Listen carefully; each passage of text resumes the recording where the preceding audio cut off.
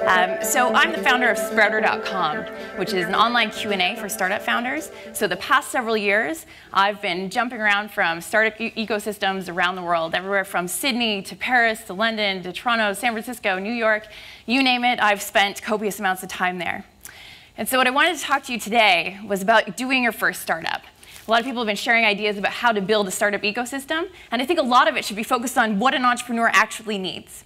So I've had a failed startup, I've had a successful startup. I sold Sprouter just a couple months ago to a big media conglomerate. And I think I've learned just as much from my failures as I have from my successes. So in your first startup, in the beginning, most people's projections look like this, right? Revenue, traffic, everything's going to be off the charts, right? You're going to hit $1 billion within 6 months, right? I mean, I was the same. And sometimes you're lucky and the media is all over it, right? You launch, everyone's excited, you're out there, you're feeling the potential. Life's very exciting. And then all of a sudden it comes down. Then you realize that that projection that looked like a hockey stick isn't really that. It looks more like this. So you have that initial launch hype, and then you come down and realize, oh gosh darn it, people aren't paying attention anymore, people aren't coming to my site, people aren't buying as much as they were at the beginning when there was all that media and PR. And you have to figure out what to do. And these sort of up and down, I call these the humps of iteration. This is finding out what your product market fit is. The reality is most startups don't have product market fit right out the gate. The reality is you may think that you have the best product in the world, and then you get out to market and realize that maybe you weren't listening to your customers or your potential market that well. And so usually most startups take what I call the sloth ascent. It's a very slow, grinding way to success. And the faster you can get to that point, the faster you can be successful. But when you are in that mode, and when success is slow coming, it can be daunting. It can be really, really stressful. And when you're panic-stricken, it's the absolute worst time to be making decisions, right? You're not being overly strategic and creative when you're sitting around trying to figure out how you're going to make payroll. I've been there. So my first piece of advice is when you have limited resources, you need to focus. Too many entrepreneurs try and boil the ocean, right? They try and do everything and be everything for their customers. Focus on one thing and do it really, really, really well. Double down on what's working and cut out the fat.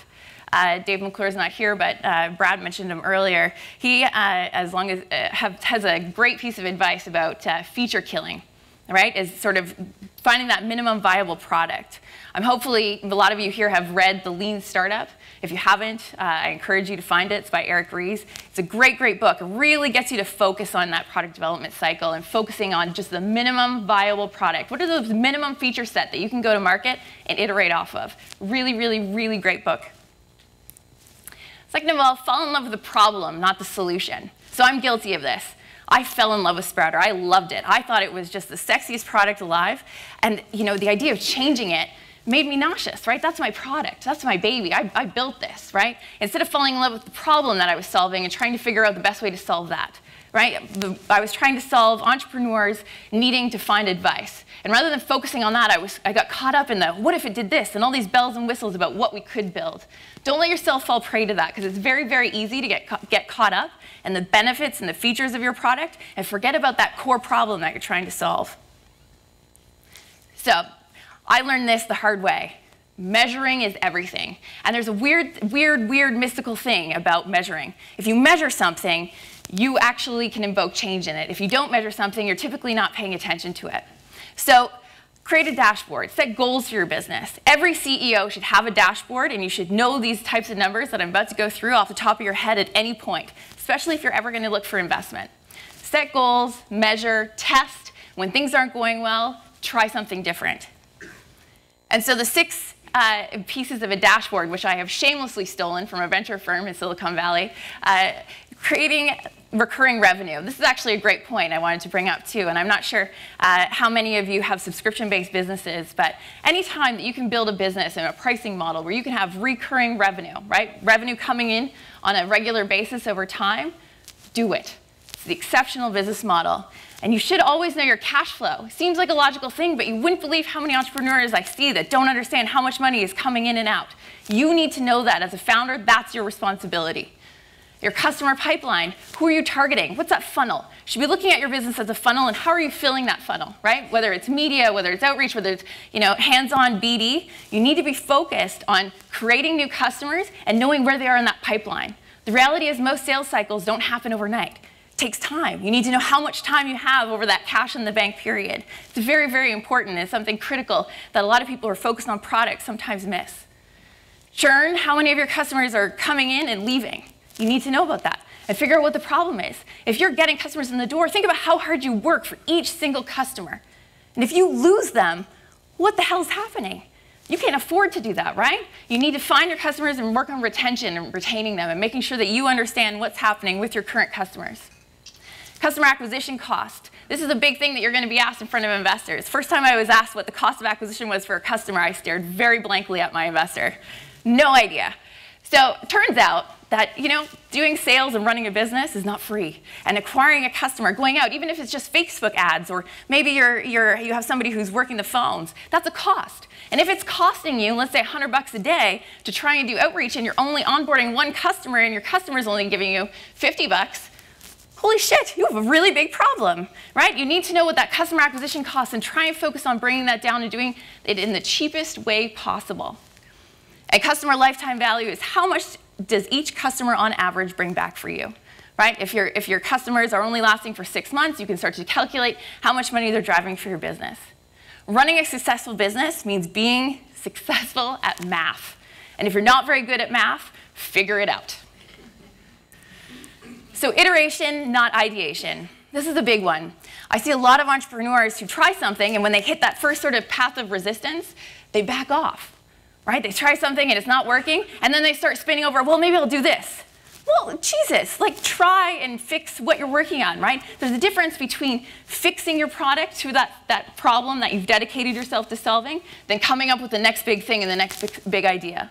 So this really comes back to focus as well. This is a big one.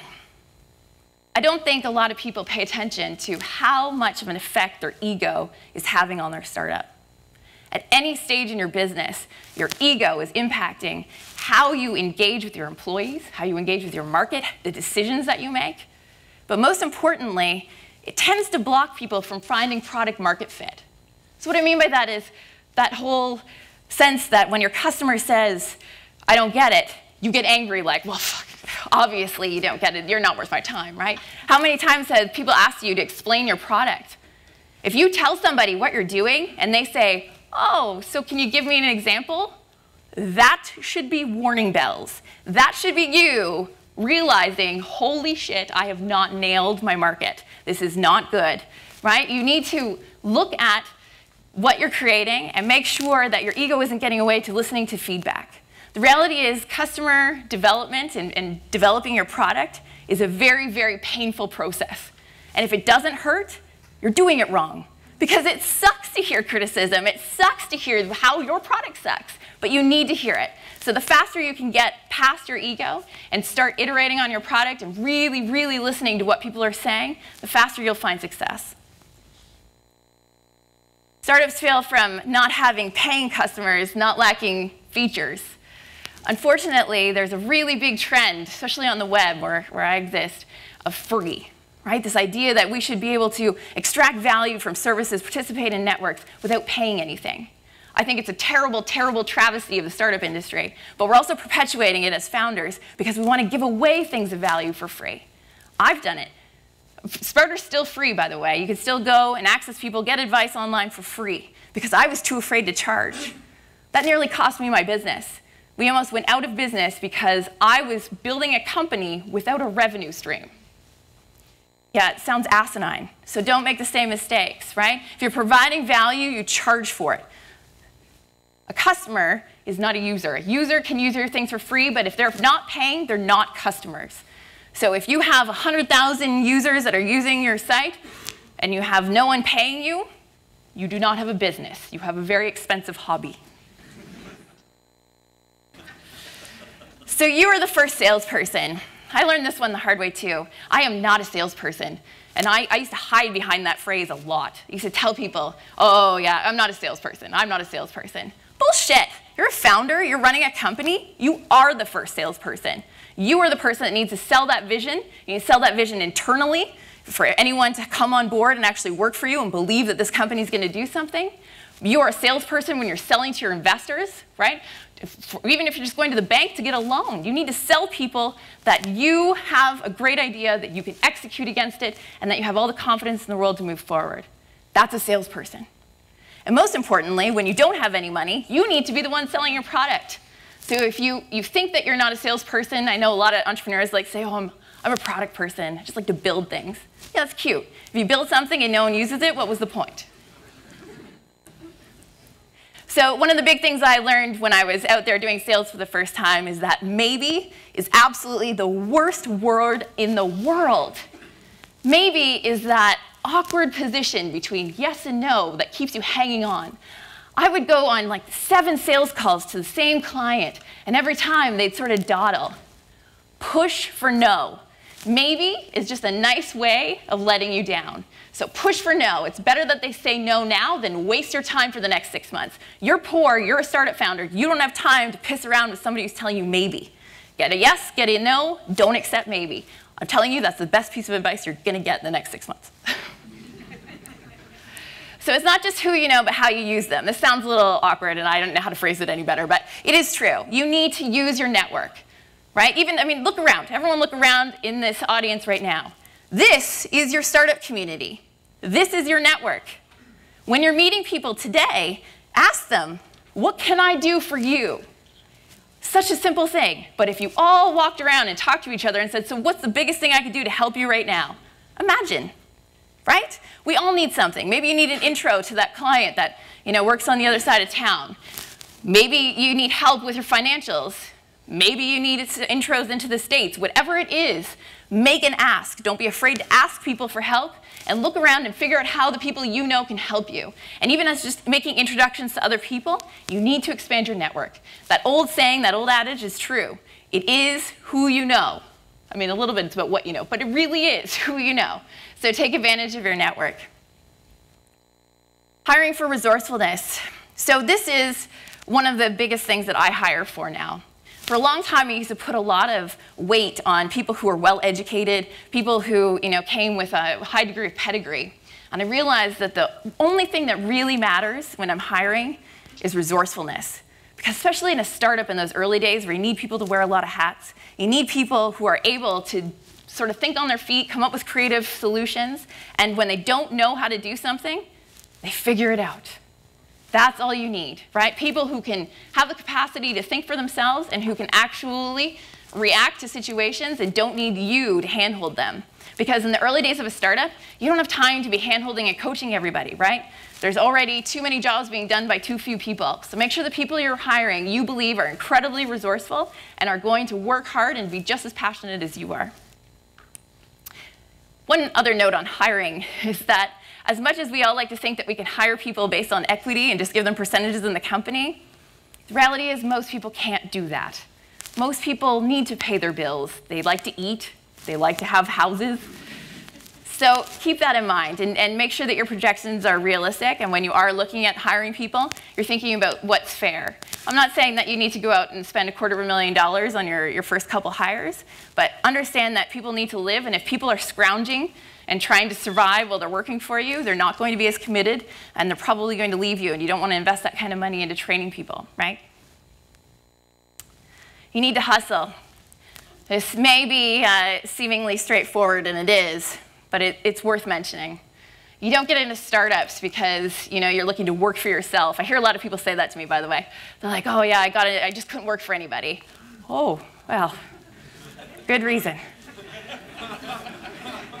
Startups are hard. Like they're so hard. It's sadistic. I mean, the chances are, realistically, most startups are going to fail. I know it's a horrible thing to say, and very uplifting. I'm sure you're all encouraged now. But it's true. Startups are a grind. They're a miserable, miserable grind. Sorry. You just need to hustle. And it means that every day you get up and you're pushing. It means that every day you're focused on whatever that hurdle is, but know that it's always going to be a grind and that there's always going to be another hurdle. There's always something. And the hurdle that you had today is not the hurdle you're going to have to jump over tomorrow. Just be prepared mentally that you need to hustle. And when you are in the thick of your startup and you wake up in the morning and you don't think you want to get out of bed, that's the point where you need to hustle even harder. So most startups fail because the founders give up. So my last piece of advice is pretty simple. Don't give up. Thank you.